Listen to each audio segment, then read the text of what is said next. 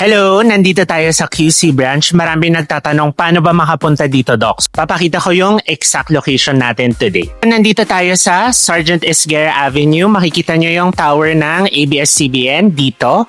Tapos sa kabilang side naman, GMA na dito sa kabilang side. Guys, in between siya ng ABS and GMA. Yung mismong place, ang makikita nyo, nasa second floor kasi kami, so hindi nyo makikita agad. Ang pwede nyong landmark, ito yung Irashaimase Restaurant.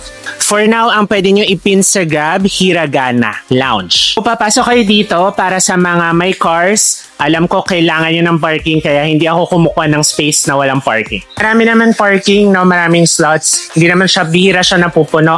Paggabi na, pwede kayo mag-park sa street. Ito na yung building. So, yung buong second floor, yan yung clinic. Sobrang laking space niya. Paano pumunta na? Umuulan na. Pero sige, lalaban tayo. Okay, pakita natin kung saan.